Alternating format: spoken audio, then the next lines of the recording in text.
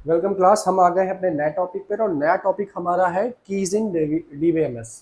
DBMS के अंदर कौन कौन सी कीज यूज होती हैं उसके बारे में इस वीडियो में हम बात करेंगे।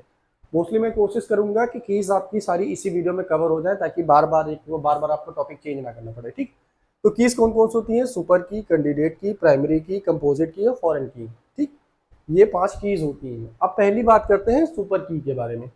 सुपर की is the set of one of more attribute. Super की वो की होती है जिसमें एक के साथ कई एट्रीब्यूट शामिल हो। जैसे देखो, मैंने एग्जांपल दिया है, एक स्टूडेंट टेबल है। स्टूडेंट टेबल अलग अलग तरीके से मैंने देखो 4 स्टूडेंट टेबल का एग्जांपल लिया हुआ है। पहली सुपर की S1 लिया है, S roll number, S name. S ये की है और ये एट्रीब्यूट्स है, रोल नंबर और नेम ये एट्रीब्यूट्स है।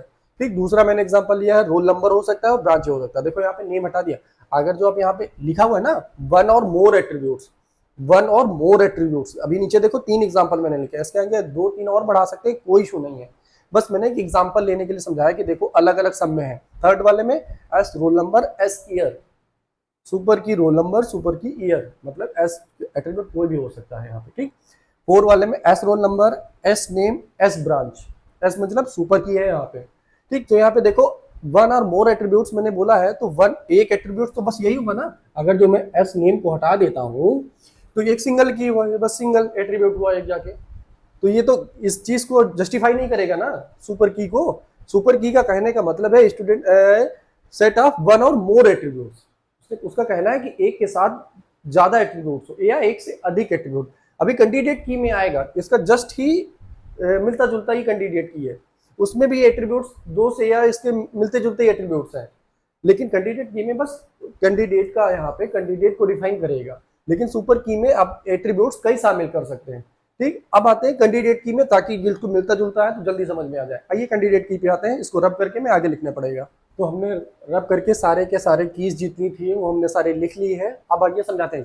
अब देखो कैंडिडेट की क्या करा है, they can define as the minimum of the super key. अभी मैंने बताया था ना कि मिनिमम नंबर जो होंगे वो सुपर की से मैच करेंगे। सुपर की, अब देखो यहाँ पे सुपर की में क्या था, मिनिमम 3, 4, 5 हो सकते हैं। देखो यहाँ पे मिनिमम 2 लेके रखा है कैंडिडेट की में। स्टूडेंट का रोल नंबर, स्टूडेंट का नेम।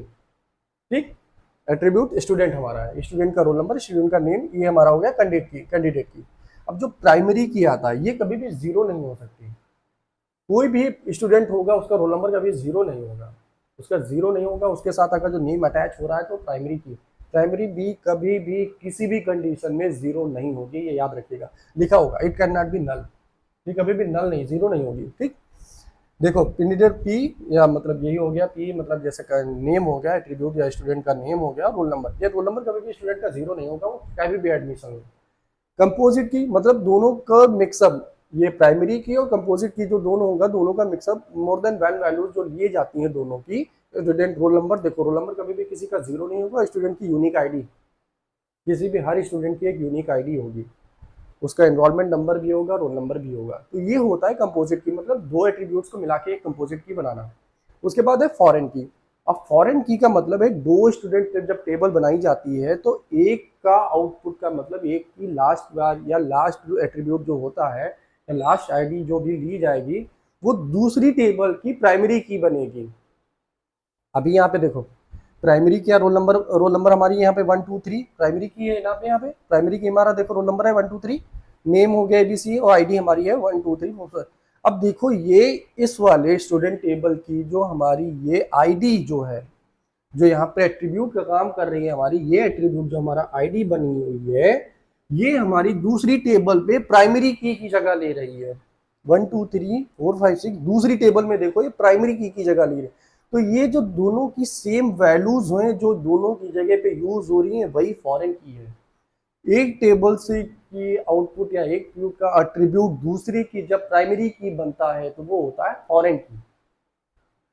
जैसे एक टेबल की एट्रीब्यूट जब दूसरी टेबल की प्राइमरी की में कन्वर्ट होता है या एज अ प्राइमरी की में यूज करते हैं तो वो वहां पे फॉरेन की होती है। ठीक, यहाँ पे कीज खत्म हो गई। नेक्स्ट अब ना आप जो भी टॉपिक होगा वो पढ़ाते हैं और जल्दी से जल्दी इसको खत्म करते हैं।